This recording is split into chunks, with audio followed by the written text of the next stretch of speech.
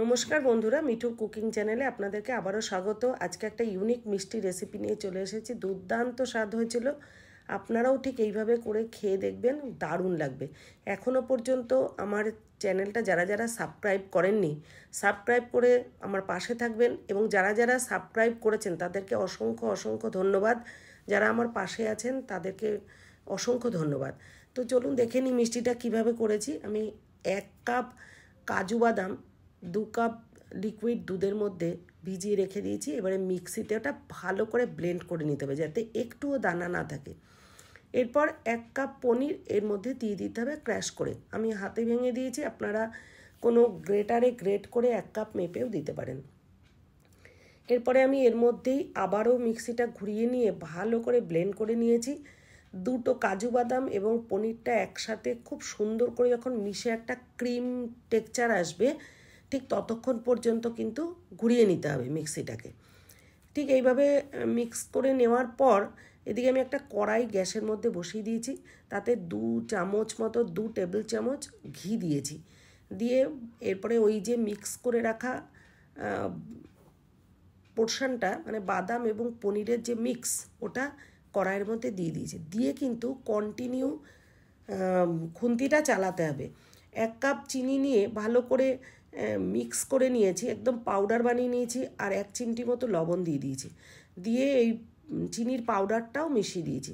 দিয়ে খুব ভালো করে নেড়ে নেড়ে একদম মানে কড়াই ছাড়ার আগে পর্যন্ত পুরো টানিয়ে নিতে হবে। আপনারা কিন্তু যে কড়াইটা নেবেন সেটা যেন ননস্টিক হয়, তাহলে বেশি ভালো হবে। তো ভালো করে নেড়ে পুরো টানিয়ে নিয়ে মানে একদম একটা মণ্ড মতো প্রায় তৈরি করে নিতে হবে। এরপরে একটা ট্রে নিয়েছি, যেটাতে আমি একটু ঘি মাখিয়ে নিয়েছি। আপনারা যে কোনো ডিশ বা যে কোনো কিছু নিতে পারেন, তাতে ঘি মাখিয়ে নিয়েছি।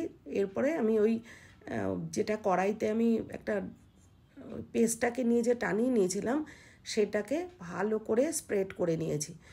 একদম খুন্তি দিয়ে দেখুন খুব সুন্দর করে একদম স্প্রেড করে নিয়ে গরম অবস্থাতেই এর উপর দিয়ে আমি যেই বাদাম ডাস্ট করে রেখেছিলাম, কাজু, পেস্তা আর আমন্ড পুরো গুঁড়ো গুঁড়ো করে একদম রেখে দিয়েছিলাম, উপর থেকে ছড়িয়ে দিয়েছি। দিয়ে হাত দিয়ে একটু চেপে দিয়ে ডিপ ফ্রিজে ঘন্টাখানেক রেখে দিয়েছি। তারপরে ঠান্ডা হয়ে গেলে ছুরি দিয়ে পিস পিস করে কেটে নিয়েছি। দেখুন আর একটুখানি সময় রাখলে পরে কিন্তু আরেকটু ভালো হতো। তো আমি যেহেতু দেখাবো আপনাদেরকে, পরে আবার রেখেছিলাম ফ্রিজে, তো সেই জন্য একটু আগে 1 ঘন্টাখানেক রেখে নিয়ে এসে পিস পিস করে কেটে নিয়েছি। এরপরে এক একটা করে পিস তুলে পরিবেশন করতে হবে। দুর্দান্ত টেস্ট হয়েছে। এতদিন পর্যন্ত যা মিষ্টি করেছি তার থেকে কিন্তু সবচেয়ে বেশি টেস্ট হয়েছিল এই মিষ্টিটা।